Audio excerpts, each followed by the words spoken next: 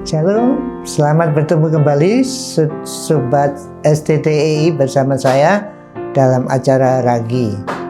Nah, pagi hari ini kita akan merenungkan dari Kitab Kejadian pasal yang ke-12 berhubungan dengan Abram pergi ke Mesir. Dan ayat-ayat sebelumnya itu ayat-ayat di mana Tuhan memanggil dan memberitahukan bahwa tanah Kanaan akan diberikan kepada Abram. Abram menikmati sekali. Dia mendirikan mezbah di Sikem. Kemudian dia berjalan terus pindah mendirikan mezbah lagi di antara Betel dan Ai. Terus mendirikan di situ mezbah bagi Tuhan dan memanggil nama Tuhan Yahweh. Saudaraku yang dikasihi Tuhan, kalau orang yang sedang dipanggil seperti ini menikmati sekali panggilannya. Kemana-mana buka pos ya, buka pos PI kemana-mana. Di Sikem mezbah di antara Betel dan Ai, mendirikan mezbah lagi dan memanggil nama Tuhan. Tetapi kalau lapar gimana? Ini masalahnya. Saudara, bagaimana kalau melayani kemana-mana merasa sukses, tiba-tiba ekonomi bangkrut? Apa yang saudara lakukan? Dan kita akan belajar dari sini, Bapak kita Abram itu ketika kelaparan timbul, ini ayat 10 pasal yang ke-12, di negeri itu pergilah Abram ke Mesir untuk tinggal di situ sebagai orang asing, sebab hebat kelaparan di negeri itu. Pada waktu ia akan masuk ke Mesir, berkatalah ia kepada Sarah istrinya, "Memang aku tahu bahwa engkau adalah seorang perempuan yang cantik parasnya. Apabila orang Mesir melihat engkau, mereka akan berkata," itu istrinya, "jadi mereka akan membunuh aku dan membiarkan engkau hidup. Katakanlah bahwa engkau adikku, supaya aku diperlakukan mereka dengan baik, karena engkau dan aku dibiarkan hidup oleh sebab engkau." Masalah lapar, ekonomi, itu salah satu yang menunjukkan siapa kita. Dan pada waktu itu Abram kelihatan siapa dia.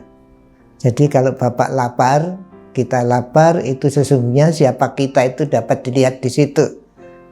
Nah, pada waktu itu Abram pikirannya kembali kepada masa lalu, pada waktu dia belum dipanggil Tuhan sebagai sebagai peternak, mungkin ini pengusaha wool atau pengusaha daging atau pengusaha wool. Nah, sebagai pengusaha biasanya mereka saling mungkin menjual, ada transaksi, dan kemungkinan juga ada sogok menyogok. Dan kali ini dia menyogokkan istrinya untuk kepentingan ekonomi. Tragis bukan? Pada waktu lapar, pada waktu masa sulit, apa yang Bapak, Ibu, Saudara lakukan? Apakah seperti Abram? Puji Tuhan, Abraham dilindungi Tuhan. Walaupun cara hidupnya menyelesaikan masalah ekonominya tidak seperti yang diinginkan Tuhan, tetapi beliau dilindungi Tuhan. Pada akhirnya Abraham di sini diberi kekayaan dari Firaun. Tadinya Abram menyambut Abram baik-baik karena ia menginginkan perempuan itu, dan Abram mendapat kambing, domba, lembu, sapi, keledai, dan lain-lain. Tetapi Tuhan menimpakan tulah hebat kepada Firaun. Inilah perlindungan Tuhan untuk Abraham. Dan di situ ditulis ayat 18 itu, lalu Firaun memanggil Abram berkata, "Apakah yang kau perbuat terhadap itu? Mengapa tidak kau beritahukan bahwa ia istrimu? Mengapa engkau mengatakan dia adikku?" Ya memang adiknya ya dari usul itu. Lalu Firaun memerintahkan berapa orang untuk mengantar Abram pergi. Sepertinya Pak Abram diusir. Malu ya, tapi diberi kambing, domba, kemudian diusir. Memalukan. Akibat melakukan hal yang aneh seperti itu, menyelesaikan masalah ekonomi. Tetapi puji Tuhan, oleh karena pemeliharaannya Abraham jadi kaya. Tetapi hati-hati juga kekayaan. Nanti ada masalah juga berhubungan dengan kekayaan itu.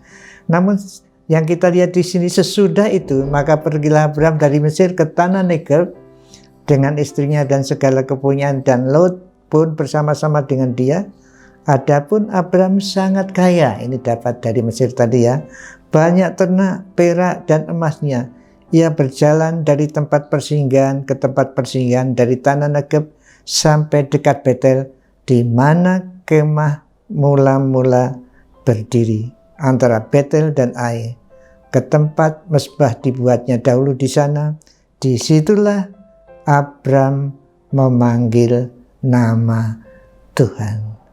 Rupanya ini titik balik lagi dari Abram. Setelah mendapat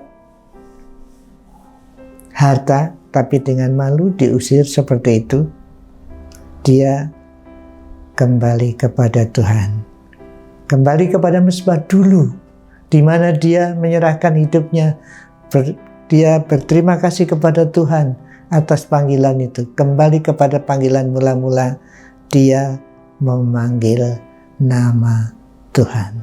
Puji Tuhan.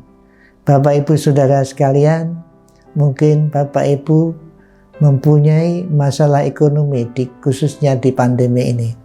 Mungkin kita harus memikirkan, jangan seperti Abraham mengambil keputusan yang kembali kepada cara-cara sebelum kita dipanggil Tuhan, yang tidak berkenan kepadanya dalam menyelesaikan masalah ekonomi. Nah, tetapi kalau sudah terlanjur, mari kita juga kembali mengingat panggilan kita mula-mula seperti Abraham, kembali lagi ke mezbah di mana dia dirikan. Di sanalah Abraham memanggil Yahweh, memanggil Tuhan kembali. Mungkin di sanalah kita lihat dia bertobat. Di sanalah dia bersekutu, menikmati persekutuan dengan Tuhan kembali setelah jatuh dalam dosa. Puji Tuhan.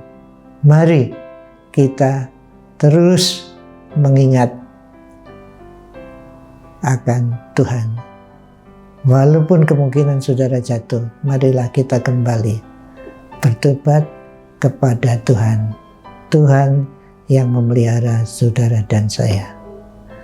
Tuhan Yesus, terima kasih oleh karena Engkau telah memberikan firman-Mu melalui Abraham ini, bahwa Abraham yang telah melakukan sebuah perbuatan yang tidak berkenan kepadamu, tetapi kemudian dia bangkit, mengingat kembali di mana dia memanggil Tuhan, di mana Tuhan memberikan janji di Sikhem, lalu mendirikan mezbah di sana, lalu mendirikan di antara Betel dan Ai. Di sanalah dia kembali untuk memanggil Engkau, berseru kepadamu.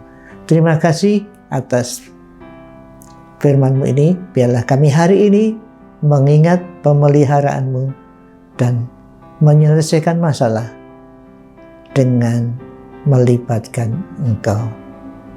Amin. Selamat beraktivitas. Salam 111. Tuhan memberkati. Amin.